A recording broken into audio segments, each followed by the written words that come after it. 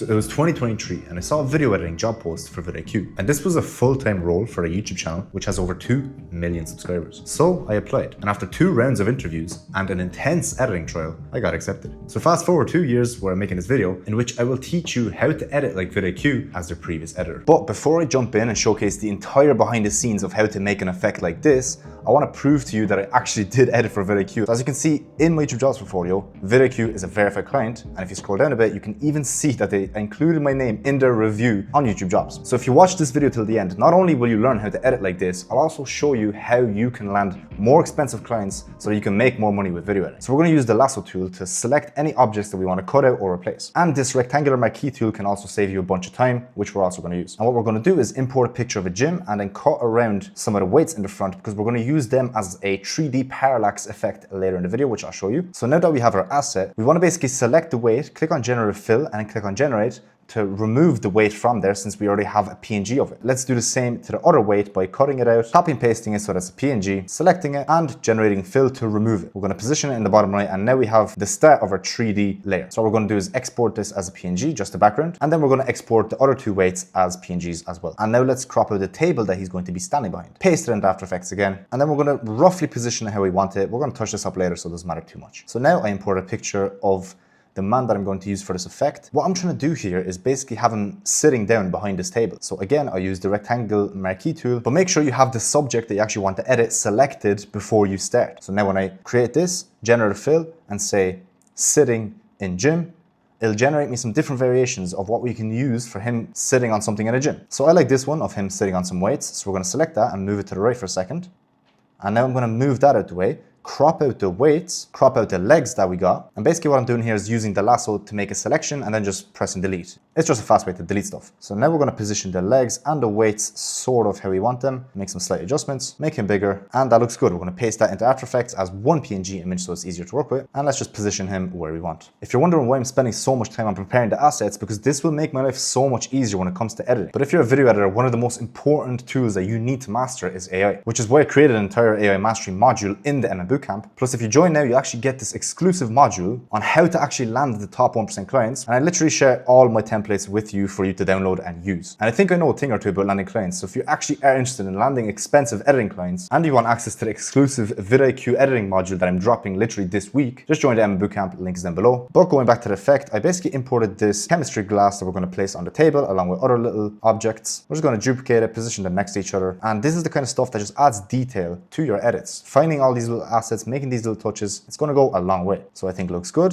That added a nice little touch. I just went ahead and changed the label colors in the bottom left just to stay organized. And now what we're going to do is duplicate the weights a few times, because we're going to use that again as the 3D kind of parallax effect. So what we're doing now is just changing the scale, positioning them kind of where we want. Now I'm going to select everything, and the third kind of empty box to the right, as you can see, allows you to turn everything into a 3D layer. So we're going to click and hold all of them. So now these are all 3D layers that we can play around with. So what we're now doing is we're importing a screenshot that we're going to use at the later portion of the video. Okay, and I'm also going to pre-compose all the bottles just to kind of clean up the timeline. But now we have to make a camera. So we can right click in the empty space underneath all the layers, go to new camera, and set up a 1-node camera. You can just stick with the settings, click OK, and now everything is in 3D. So now let's position the camera a lot closer to our subject, something like this.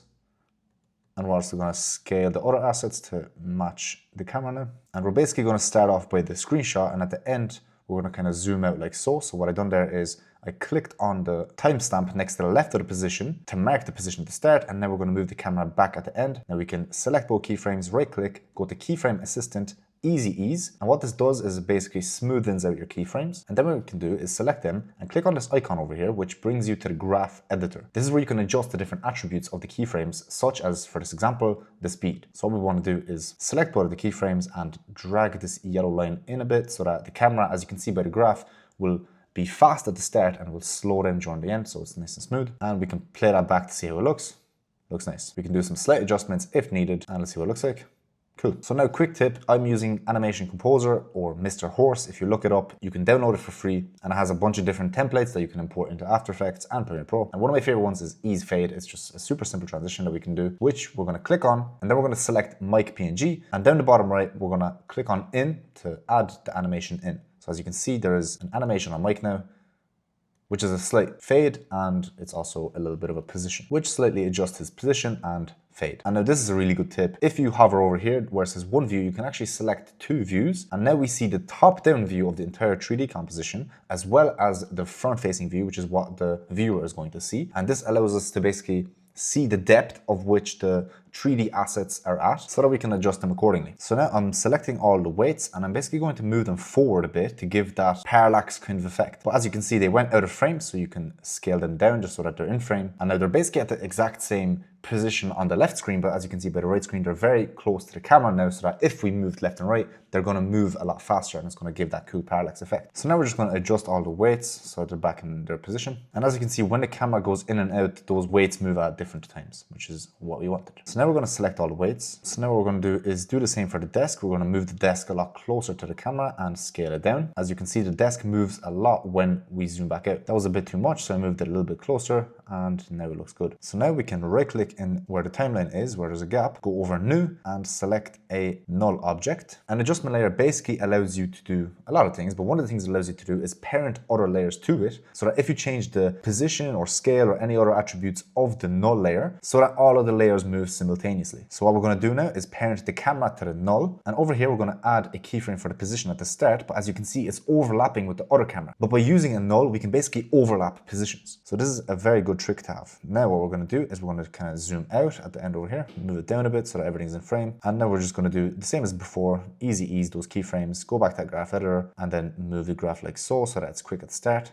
So now the camera zooms out of here, and before it stops, it continues to zoom in. And now we're going to do the same thing again by creating another null object, and we're basically going to do the same for the next camera movement. Go a few frames back so that it overlaps, add a position keyframe, and then go to the end and zoom back out until we see the weights like so. And of course, I added easy ease and another graph editor on the second null. So at the end, we're going to go back in and utilize our null 10, since we can still overlap the keyframes by using the old null, and do one more zoom in. And that's going to be basically our entire first sequence, but we are going to extend it a bit because we need some more frames back here. And now at this moment, we're going to want to move the camera to the right. So this looks good. It zooms out and it zooms back in. Okay, so now we're going to zoom the camera back in at the very last keyframe. And the reason being is because I want to move the camera to the right. And because of the amount of parallax that there is with the weights, they move too quickly and it feels a bit unnatural.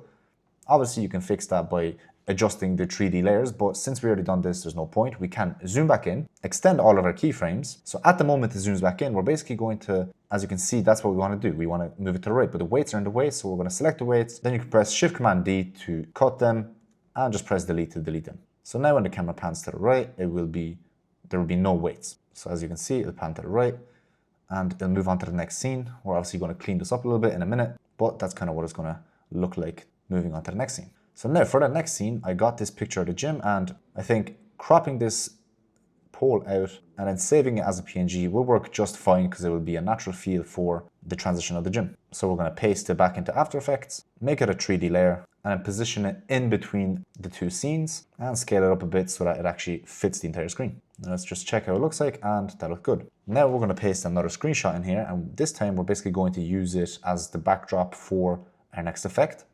So we obviously made it a 3D layer. Now we're going to scale it to size and position it where we want it to be. And now, as you can see, I took a vertical screenshot so that we can move the camera down later on. And just thinking about these edits in advance allows you to save a bunch of time when you're actually doing the effect. So now let's see what it looks like. It'll go from the first scene to the second scene like so, and then it will go down later on. So now what we're going to do is press T and lower the opacity slightly on the backdrop, since it's just a background. Okay, so now since we're doing a video on Mike, we can find a bunch of images of him online. So I found this one on Google, and just like before, we're going to select him and basically just remove the backdrop. Now we're going to paste that into After Effects, add a slight tint to his image, obviously scale him to size, make him a 3D layer, and we're going to flip him since we want him on the right side, like so. Now we're going to just slightly lower his opacity, and with the null 10, we're going to basically do the second keyframe. Okay, and now we're just adjusting all the positions to see how it will work when we go down to the bottom. So the background is nice and scaled now. We have Mike at the top and we have another Mike down here. So it goes right and then it'll go to the bottom. But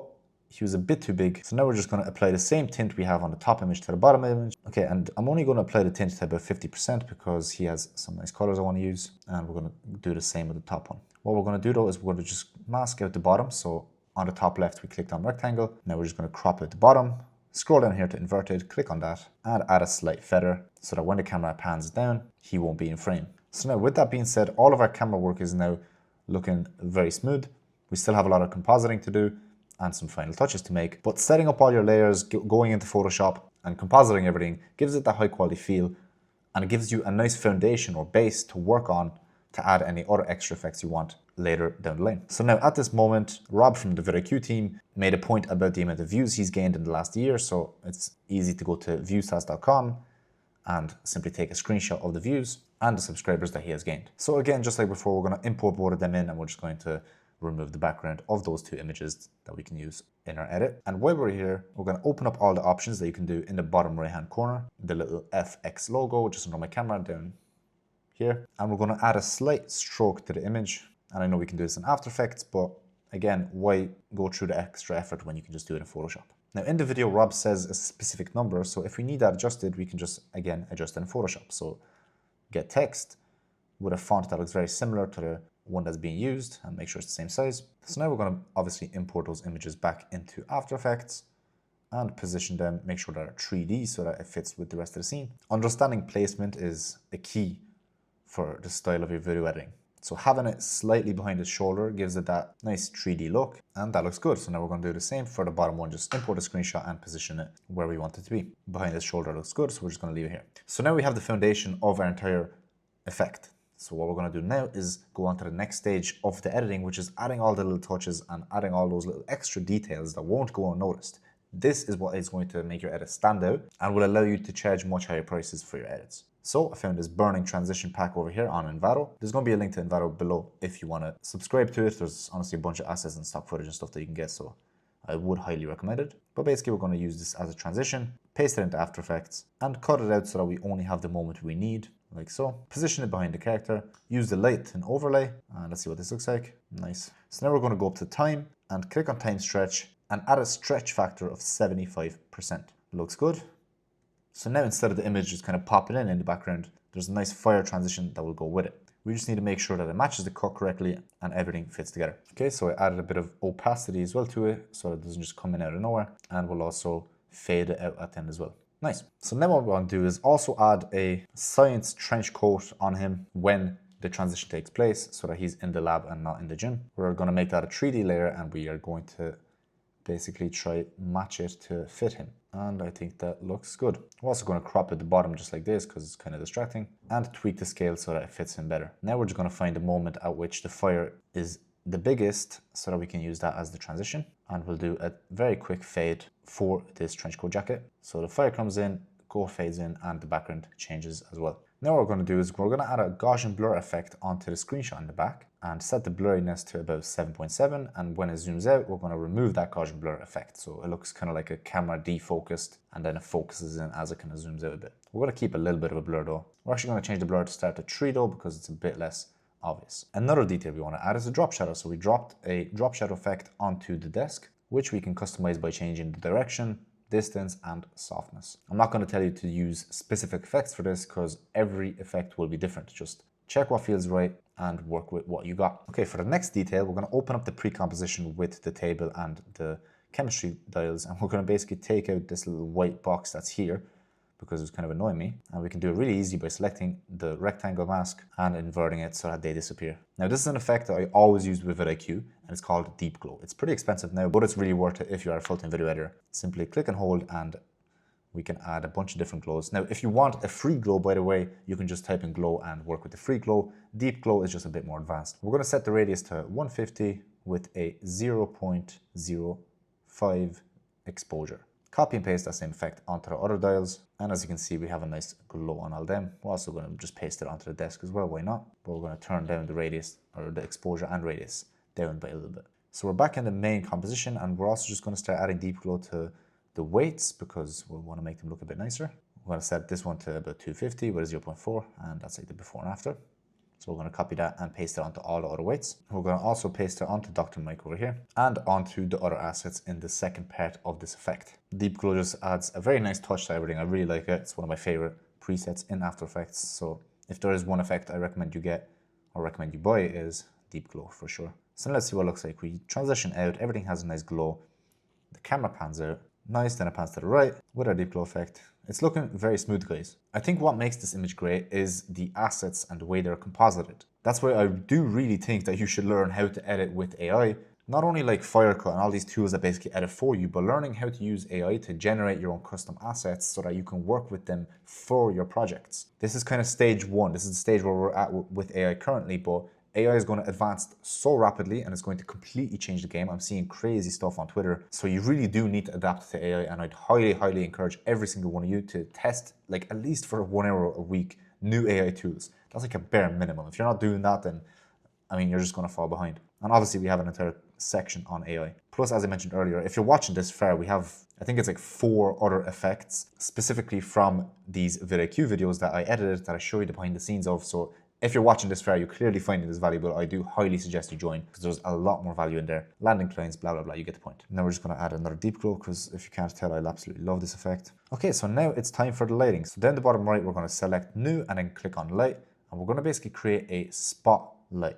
The light type should be spot. And we're going to set the color to a nice blue tone since that's the kind of theme we have here. You can just copy my settings if you want. And we're going to click on OK. Now we have a lot to change, but the first thing I want to do is set up his main spotlight. So with our 2 view, we are going to adjust the position of everything so that the light actually covers the entire scene. Okay, so now what we're going to do is we're going to open up the light options in our solid light and we're going to increase the cone feather by a bit and also increase the intensity. Again, don't copy my settings, adjust it to your own video. I'm going to make a slightly darker light though because I plan on adding another light.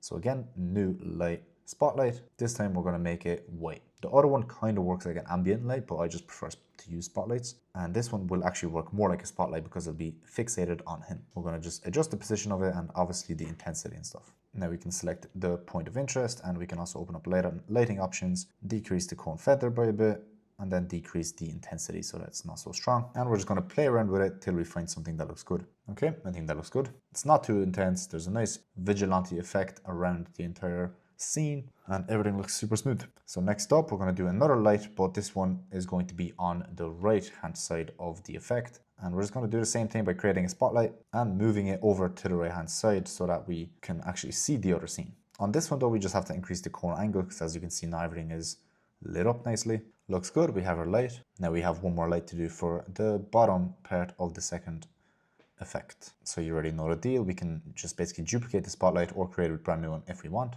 However, we're going to do something a bit different. We're going to set some keyframes for the point of interest and position at the start. And we're just going to have the light go down as the camera pans down. Again, if you want to be try hard with it, you can parent it to a null and have the position of the camera and the light go down at the exact same time, but we don't really need to do that right now. Okay, let's see what our effect looks now. So it zooms out, nice transition, trench coat, nice glows everywhere, parallax 3D effect, goes back in, zooms to the right, showcases his views, then it zooms back down with the lighting and frame and showcases his subscribers. We can of course play around with the lighting some more, we can do some more touches if needed, but now we have our entire VidIQ effect pretty much finished. And as you can see, it's really not that difficult. And if any of this was difficult for you, by the way, in my After Effects masterclass, I literally start from the ground up for you to understand the fundamentals like shapes, texts, graph editors, 3D camera, etc. And I even showcase how to create even more advanced edits like this one you're seeing on screen right now. Plus, if you're watching this, there's, as I said, an entire section how I actually landed the top 1% clients, how I landed a $2,000 client, all behind the scenes of that. AI mastery, all of my assets, all of my websites I use, at Premiere Pro Masterclass, there's so much stuff in this, guys.